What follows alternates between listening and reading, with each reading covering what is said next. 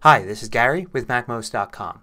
Yesterday, Apple announced new iPhones, a new Apple TV, and a new Apple Watch. Here are 23 details that you may have missed.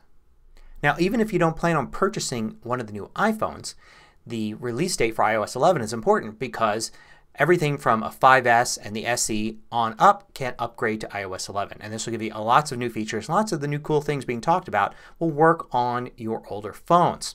So look for that update coming soon if you haven't already been trying out the public beta. Other release dates were announced as well. On that same day, watchOS 4 and tvOS 11 will come out. macOS High Sierra wasn't even mentioned at the announcements, and it usually isn't. This is an iPhone oriented event. But at the website a release date was posted as September 25th. So by September 25th we'll have all new iOS and all new macOS High Sierra. Now a big new change that actually happened yesterday, it was already released, was iTunes 12.7. It seems like a minor release of iTunes just to go up one notch, but big changes. There's no more iOS App Store. A lot of people have predicted this for a long time, but you can no longer browse iPhone and iPad apps in the store. Another thing that's changed are ringtones. They're gone as well. So both apps and ringtones, of course, you can purchase directly on your phones and iPads. You can still sync ringtones very easily by drag and drop, but the whole syncing section where you can select ones and automatically sync them, that's gone as well. And some other minor changes like Internet Radio is now part of music and iTunes U is now part of podcasts. Now the iPhone 8, 8 Plus, and 10 have an interesting change. The minimum memory is now 64 gigabytes. So all of the new iPhones are 64 gigs minimum, which is interesting because a lot of the competing phones still have 32 gigs in their base model.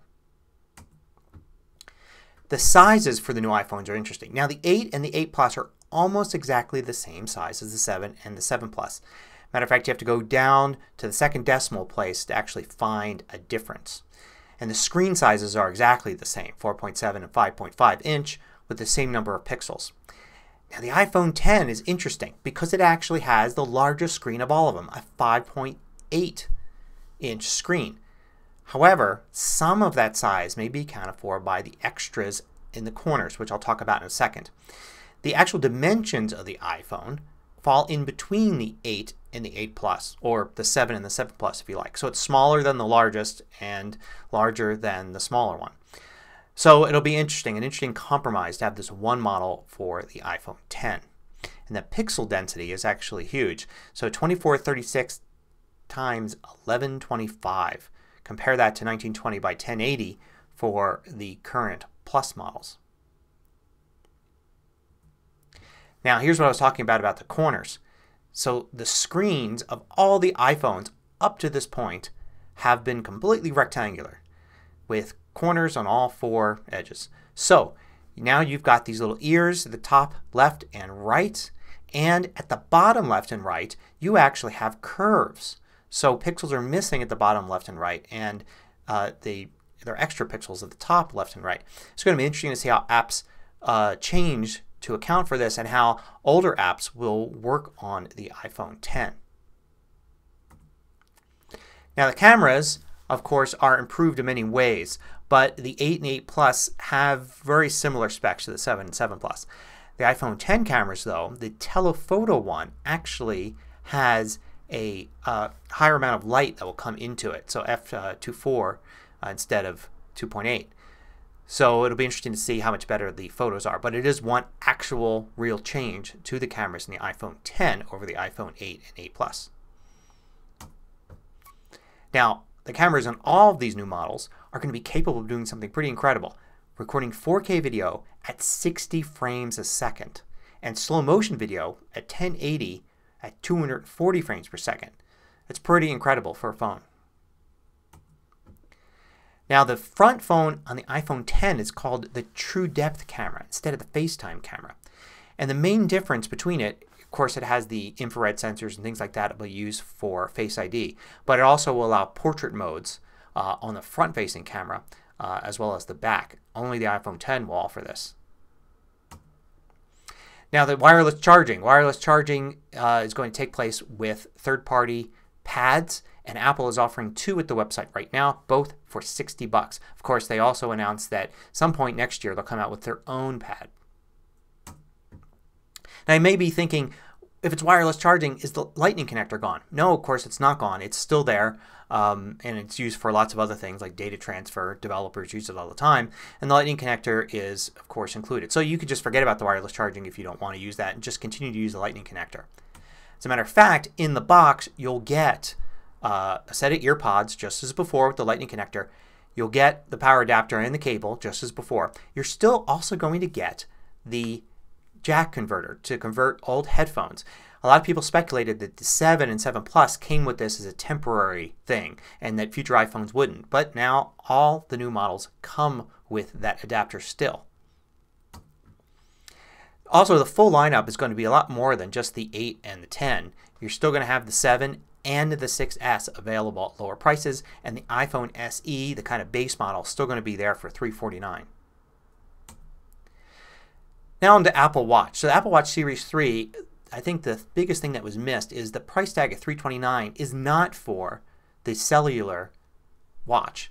That's for a Series 3 that doesn't have the cellular. So if you want the functionality that everybody's talking about, that's the really big deal, you're really going to have to pay $399 for that. Another big change in the Apple Watch is Siri will actually respond to you with voice. So that's kind of a difference between Siri on the watch and the phone now, is Siri just shows you things on the screen. But now you actually get Siri talking back to you on your watch. And of course the cellular functionality is going to probably come with a price. There are really no details, but rumors have it that it's going to be $10 extra. So you have your iPhone plan and then you'll add $10 through AT&T, Verizon, etc. To add your Apple Watch to it. And it will use the same phone number and everything and be part of that same account. We'll have to see if that's true or not, but that's what most people seem to think now. Now the Apple TV 4K has a few items as well. One is a huge processor upgrade. So the existing Apple TV is only using an A8 processor, a couple generations back. But the new one's going to be using the same one as the iPad Pro, the A10X. So a lot more processing power. That's going to be important for games. Also a change is the USB port is gone. Now the USB port wasn't really used for much on the back of the Apple TV. But some people, like myself, did use it to actually charge the remote because it was just convenient if the remote was low to just plug it in, sit it on top of the Apple TV, and you don't lose it. Now you'll just have to use your iPhone charger or plug it into a computer or some other USB port. Any USB port will do.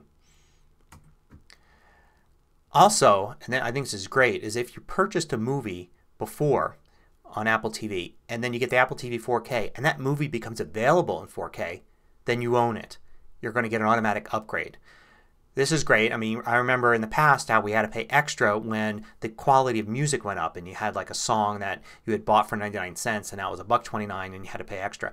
Well, you're not going to have to do that this time.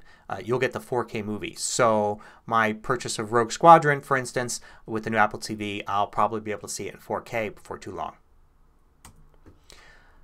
Now, some news outside of all of those main devices is Apple also announced a new Beats headset. So if you're into that, there's going to be the new UR Beats 3 at $100 coming out sometime this fall.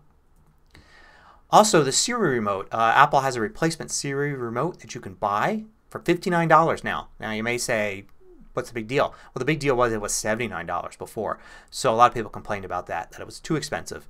$59 is the new price. Still seems too expensive to me. If you lose the remote though, at least you save $20 now. And to finish up, there's a new case that's specifically for the iPhone X. And it looks just like a regular folio case, a fold over case. But there's an interesting feature on it. When you open it, your iPhone will wake up, and when you close it, it sleeps. This is how the cases on the iPad work. Which means the iPhone has the actual magnetic sensor in it. So the iPhone X's got a new feature, this magnetic sensor, that it will sleep and wake when you open and close it with a case like this. Which makes sense now that the home button's missing. Here's another way to wake up your iPhone. So there are 23 different things that you may have missed in all of yesterday's Apple announcements.